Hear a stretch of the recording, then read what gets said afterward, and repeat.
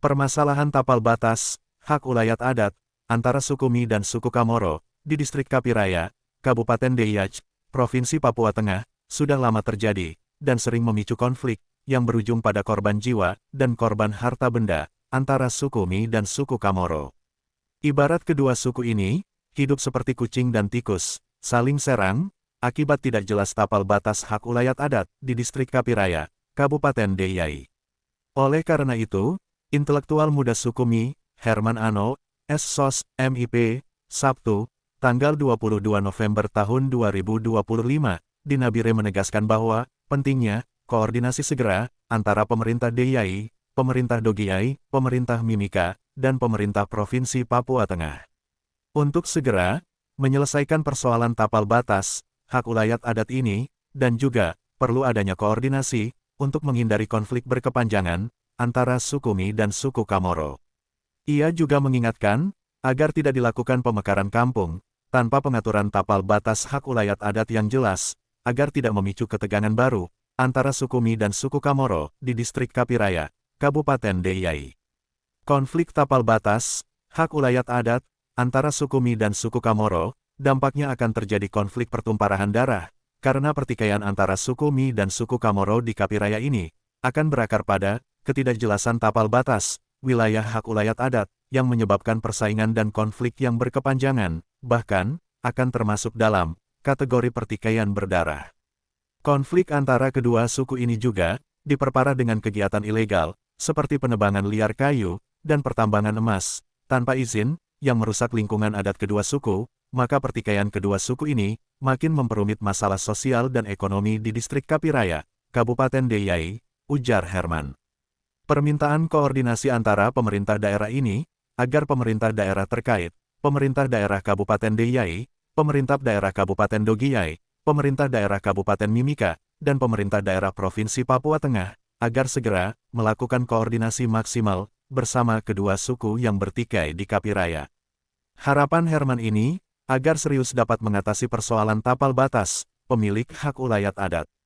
Langkah ini diperlukan, karena penyelesaian konflik tapal batas ini, akan dapat dilakukan secara komprehensif, dan tepat waktu, serta, menghindari aksi kekerasan berulang, yang merugikan masyarakat adat dan ketentraman dan ketertiban daerah, di distrik Kapiraya, Kabupaten Deiyai.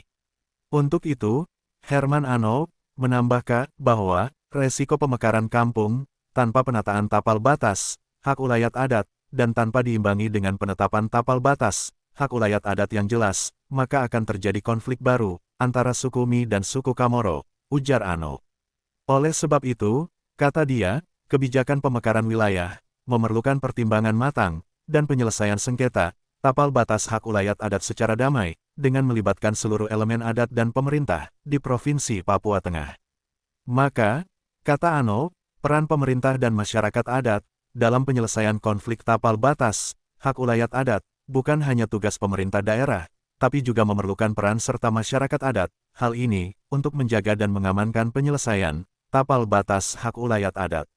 Sehingga, lanjut Ano, bahwa upaya penanaman patok, tapal batas, hak ulayat adat, dan mekanisme adat, akan dapat dijadikan sebagai bagian dari solusi untuk meredam ketegangan, dan menjaga kelestarian wilayah adat, distrik Kapiraya Kabupaten Deiyai, akan menjadi aman dan tentram, jelas Herman. Informasi ini dapat mencerminkan urgensi penyelesaian tapal batas hak ulayat adat antara suku Mi dan suku Kamoro di Kapiraya Kabupaten Deiyai melalui koordinasi intensif. Maka pemerintah daerah dan partisipasi aktif masyarakat adat dapat mencegah konflik berkepanjangan dan kerusakan lingkungan yang makin parah di distrik Kapiraya Kabupaten Deiyai. Oleh karena itu, permasalahan tapal batas pemilik hak ulayat adat antara suku Mi dan suku Kamoro di distrik Kapiraya, Papua Tengah, ini memang sangat krusial, dan membutuhkan penanganan serius, agar konflik yang selama ini sering berujung pada korban jiwa, namun belum dapat diakhiri hingga saat ini. Oleh karena itu, berikut beberapa poin penting, dan langkah strategis, yang dapat menjadikan fokus penyelesaian konflik, antara suku Mi dan suku Kamoro, yang dapat direkomendasikan, intelektual muda suku Mi, Herman Ano, S.Sos, MIP, adalah sebagai berikut. 1. Agar segera dilakukan patok tapal batas antara suku Mi dan suku Kamoro, Untuk meredam segala permasalahan dan ketidakjelasan tapal batas, pemilik hak ulayat, suku Mi dan suku Kamoro agar tidak menimbulkan persaingan dan konflik baru dan berkepanjangan. 2. Konflik persaingan tapal batas hak ulayat adat suku Mi dan suku Kamoro ini dapat menyebabkan korban jiwa dan juga memperparah ketegangan sosial antara suku Mi dan suku Kamoro. 3. Konflik suku Mi dan Kamoro adalah persaingan tapal batas hak ulayat. Ini terjadi ketika aktivitas ilegal, seperti penebangan kayu secara liar, pengambilan sumber daya alam tanpa izin, dan pertambangan tanpa izin, maka hal ini ikut serta merusak lingkungan adat dan memperumit masalah ekonomi dan sosial di distrik Kapiraya Kabupaten Deiyai. 4. Pentingnya koordinasi pemerintah daerah, koordinasi intensif, antara pemerintah daerah Kabupaten Deiyai, pemerintah daerah Kabupaten Dogiyai, pemerintah daerah Kabupaten Mimika, dan pemerintah daerah Provinsi Papua Tengah, sangat dibutuhkan dan diperlukan oleh kedua suku yang bertikai. 5. Pemerintah daerah Kabupaten Deiyai, pemerintah daerah Kabupaten Dogiyai, pemerintah daerah Kabupaten Mimika agar dapat menyelesaikan konflik kedua suku ini, melalui dialog dan pertemuan bersama, agar dapat menghasilkan kesepakatan, tapal batas hak ulayat adat, di distrik Kapiraya, Kabupaten Deiyai, yang komprehensif dan mengikat. 6. Suku Mi dan suku Kamoro membutuhkan jalur komunikasi yang tetap dan terbuka agar potensi konflik tapal batas hak ulayat di distrik Kapiraya Kabupaten segera diredam. 7. Risiko pemekaran kampung di Kabupaten Deiyai tanpa adanya tapal batas hak ulayat yang jelas dapat menimbulkan perselisihan baru antara suku Mi dan suku Kamoro.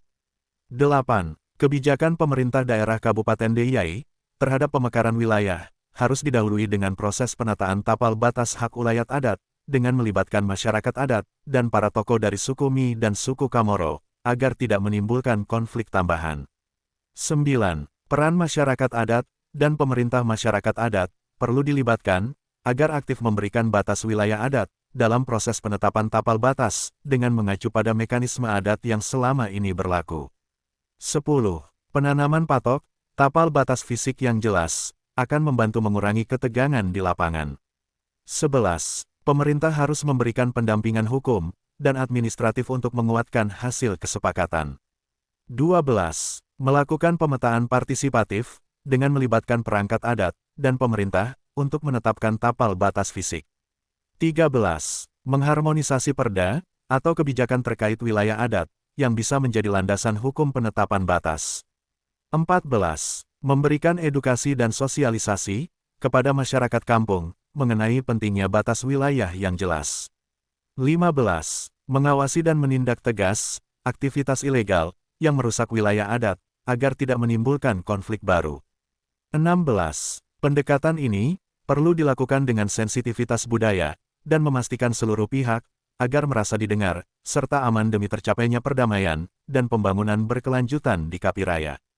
Rekomendasi ini menjadi penyusunan dokumen perjanjian adat yang juga didukung pemerintah, bisa menjadi solusi formal yang mengikat supaya tapal batas hak ulayat antara suku Mi dan suku Kamoro bisa dijaga dan dijadikan referensi tetap. Jelas, Herman Ano, ***.